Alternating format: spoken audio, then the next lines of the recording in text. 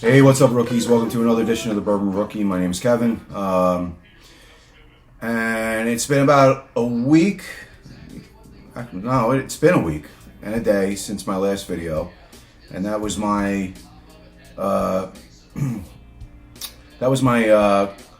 post-COVID video where I tried to do a blind, and all I was able to distinguish was whether one particular bourbon was hot or bitter, sour, sweet.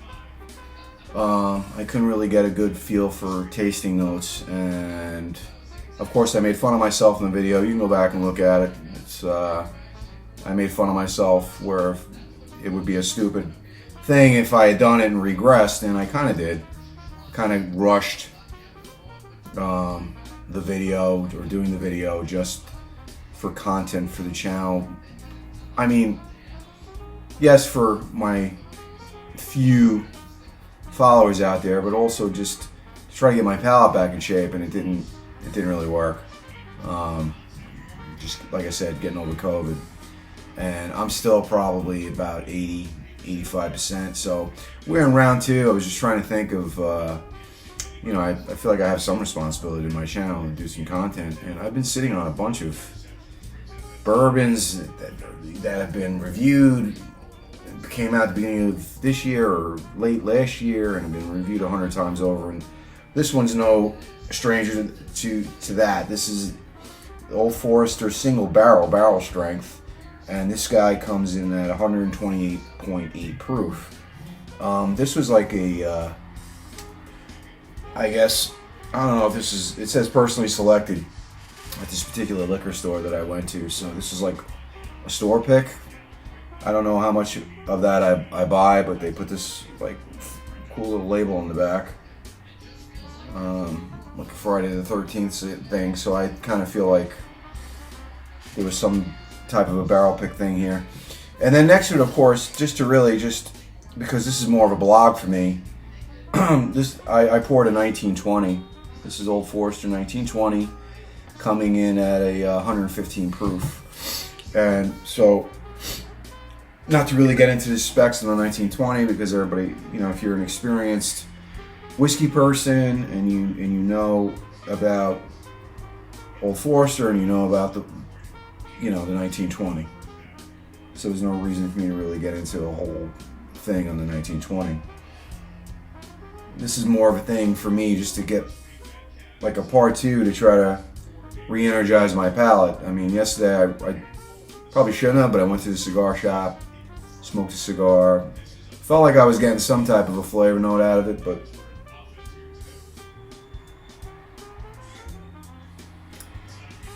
I don't really want to push it with my lungs, because it was really like more of a COVID pneumonia thing, and I'm still kind of hacking up phlegm here and there. But yeah, it seems to me like the nose, my nose, and my taste buds are kind of coming back. So I'm getting all the beautiful notes. Well, of course, all the heat, but I'm getting all the beautiful notes out of this 1920. And lately, I'm getting a great note on a lot of the. Well, I don't want to say lately, because I've been sick for 2 weeks, almost 2.5. But prior, I've been getting like a huge grape note on a lot of the whiskeys that I've been doing, and tasting and reviewing, and I have that here. Now I don't know if that's. I mean, it's not finished. Obviously, everybody knows that, but I don't know if that's a result of the oak barrels that they're aged in. It's more of a wood, and it's coming off as grape. But yeah, I'm getting that creme brulee, all those great notes that you normally get. So my nose is coming back.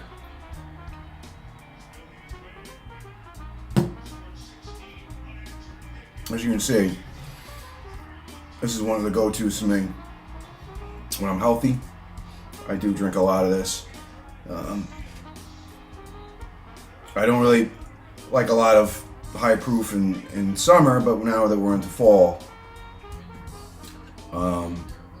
yeah, it's that proof point really warms you up nicely, get that nice little chest hug. So If you hear any background noise, it's because it's Sunday night and I got the Pittsburgh Raider game on, and I like football, as a lot of you I'm sure do. My team, the Jets, they suck, and they were absolutely horrible to watch. Zach Wilson had one drive where everybody thought he was John Elway, and then basically kind of just shit the bed before that and at the end. I don't know why in my opinion, I don't know why the Jets are just not going after another quarterback or even throwing in the backup to Wilson. I mean, the backup to Wilson, I forget his name, who cares, but he played, from what I understand from the broadcast, he played behind, he sat behind Aaron Rodgers in Green Bay, so he knows the offense as well. Yeah, so how'd your teams do? Wherever you're from. So, getting to this guy, not to make a long video, I really love hearing myself speak. So yeah, for anybody that watches my videos, thank you very much, because I really got to make my videos a little bit shorter, and I'm already 6 minutes into this thing. So this, as I said, the single barrel proof, it gives you like a whole breakdown. 128.8% alcohol or proof, right? It doesn't really. I had to go online, and I'm going to credit the internet. I'm going to credit I'm going to credit the Bourbon Culture. I guess it's a webpage, and they kind of give the breakdown of the mash bill: 72% corn, 18% rye, 10% barley. Is there anything else that you really? It's aged 4 to 6 years. So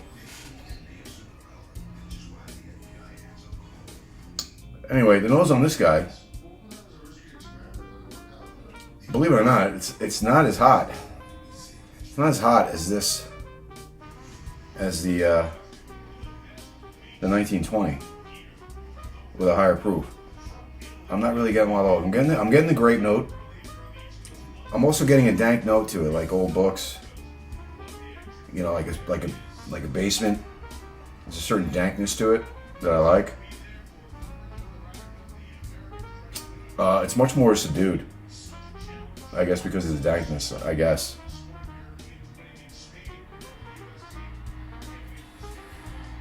Great nose. I mean, I'm trying to see the oil. I mean, forgive my setup. I know it's horrible, but it is what it is, kids. Fairly oil. There's a fair amount of oil in the glass. Seems to be kind of rolling a little bit slow.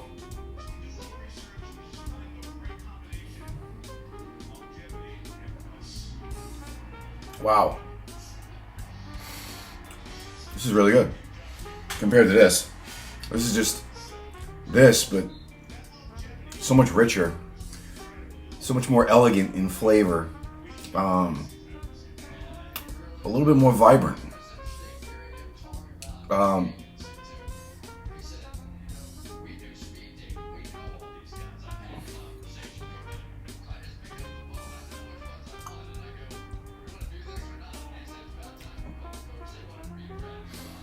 Wow, that second sip really brought the heat. It's really staying, that heat is really staying on the tip of the tongue. It works its way nicely back toward the end of the tongue, down the throat. It's actually making me salivate, but it's making me like almost phlegmy. It's so rich.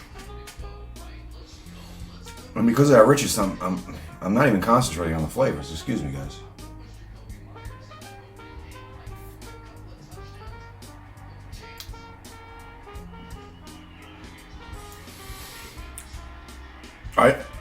I don't know how to describe dankness on the palate. This is a little bit more of a muted caramel, almost like a molasses, almost like a raisin note there, with like a, you could actually taste the dankness, and it's not unpleasant. It's actually good. It's actually really good. And yeah, now that this thing I'm swirling around, it's bringing the heat, man. It's really bringing the heat. Now I paid online. I've seen this advertised for 80 to 100. I think, if I remember correctly, and I think I bought this like almost 6 months ago, guys. And I know it's, like I said, I know it's already fairly well reviewed. But I think I bought this well above my price range at 125, anywhere from 100 to 125. This is one of those things where I saw it. I'm like, oh, Old Forester, this is a single batch. See everybody review it. And I bring it to, there was no like price on it, or there was and I wasn't paying attention. So I walked up to the register like an asshole. And I see it ring off for like, I think it was like 120, something like that. And I nearly shit my pants. And I was too embarrassed to go, I'm gonna put it back. I'm gonna have to get 2 other bottles of something else. Because I normally don't spend over $100 on bourbon. I don't make money on the channel. I'm too boring. I don't have a following. I'm not monetized. I do this as a hobby. I do this as a blog. Like I said, I just recently retired, and this is a way for me to learn how to do some video editing. I feel like I'm talking to somebody, you know, when my wife's at work and I got nothing going on here at night, because I guess I'm a bit of a loser. Yeah, so well out of my price range, but I gotta tell you, now that I've sipped this thing, I'm kind of glad I have it. And for somebody who's not a wealthy man, not a rich man, not somebody that likes, like, I'm way out of the comfort zone over $100. However, this would be one of those, for me, a special occasion thing that I'll bring out every once in a while on a holiday or whatever. Much like I have like a special occasion cigar. There's certain cigars that are like, and cigars are worse because, you know, some cigars like an Opus X. In this neck of the woods in New York, thanks to the fucking taxes and cigar imports are down. Opus X, I can remember getting an Opus X Opus for like $21 15 years ago. Now it's as high as almost $50.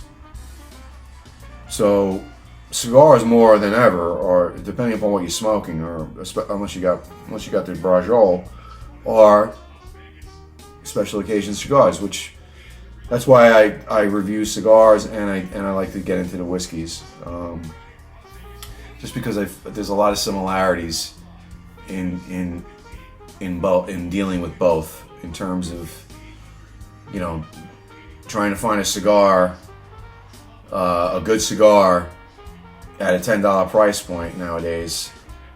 It's kind of hard, you know. So trying to find a good bottle of booze for under $50, a good bottle of bourbon, getting kind of hard. Wild Turkey in my area, you know, 750 milliliters is almost $30 now. You know, and when you start getting into the $30 price range, and I love Wild Turkey, but now you might walk away from Wild Turkey to go into some other things as an everyday. You know what I'm saying? Like, so, and there's a certain amount of fun to that. Everybody knows that. That's why we all do these videos. That's why we watch them. There's a certain amount of fun to it. You know, I don't think a lot of people go onto the internet to go, hey, I want to learn, you know, I want to find out which whiskeys I should buy for $30.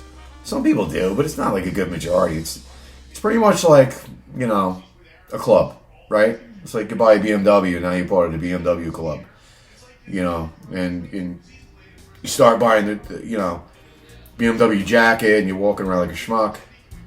You know, you got your BMW bag that you bought from BMW, and you know, because you got your BMW, you're part of the club. You know what I mean? So there's a certain amount of fun to it, you know. But having waxed poetically and happy that my taste buds are coming back and my sense of smell. So I got into the price point on this. I think everybody knows the price point on this, on the 1920, is anywhere from 50 to 60 bucks depending upon your area. In my area, it's almost 60 bucks. It's anywhere from 57 to 60 bucks depending upon where I go. I mean, for double the price, and this is kind of what I'm talking about. This is solid, but there's so much more flavor and complexity to this. You know what I'm saying? And if they weren't side by side, I'd be going, the 1920 is so good. But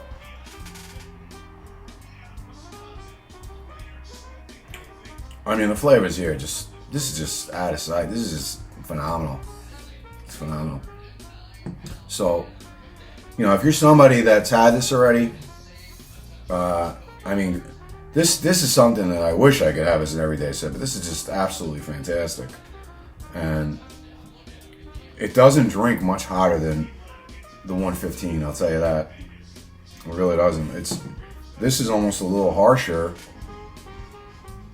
and almost hotter. Or almost as hot. You know. But the one thing I do very badly with, guys, to critique myself, I don't aerate my whiskey enough. You know, there is something to be said for these glasses and for swishing the liquor around. It really does. I guess the shape of these glasses, it really does allow for the air to kind of get in there and really open up the flavors. Because when I do aerate this, it does change the flavor of these whiskeys. It does change the profile. Just something to consider, because I am a rookie at this stuff. And, you know, if there's anything that I'm doing wrong, other than super long videos that should be a lot shorter, please let me know. And if you've had this, the Old Forester, and it's cheaper in your area, let me know. If you're one of those people that are on Instagram that just constantly start following and DMing, if you're one of those people that just wants to sell alcohol to me all day long, you know, please don't do it. I mean, if you're somebody that's legit and you want to DM me, you know, as an internet buddy or as a subscriber, you know, cool. Whatever. If you've had this in your area for $100, I'll buy it all day long. I don't know if I can keep going back to $125, $130 for this. You know what I mean? But anyway, I'm waxing on. Happy to say that I'm well on the road to recovery. Hopefully, the next review will be a cigar review, and I don't know what yet. The problem is when you stop doing videos and you're out of the loop, you kind of just, unless you're writing, I don't write anything down. Maybe I should, just to be a little more organized. You know, I was in a groove where, like, I just had all these ideas and they just kind of went out the window. So anyway, guys, thanks for listening. Thanks for watching. You know, just be aware that COVID's out there. Nothing you can really do about it. You're going to get it just like if it was the flu or pneumonia, whatever it is you're susceptible to. You're going to get it. I mean, it's just the recovery process, I got to remember, is usually with pneumonia it's 2 weeks. I really didn't give myself 2 weeks. So, and having said that, guys, if you like the video, give me a like, give me a subscribe. And, oh, the other thing with this is I got some plans for this. I got a couple of the single barrels that I've been sitting on, and I'm going to start pairing this against some other things. And so that was another reason to get into this now, because my next single barrel review is going to be a Russell's. And again, something I've been sitting on for a little while. So stay tuned, stay frosty, and be good, everybody. Take care.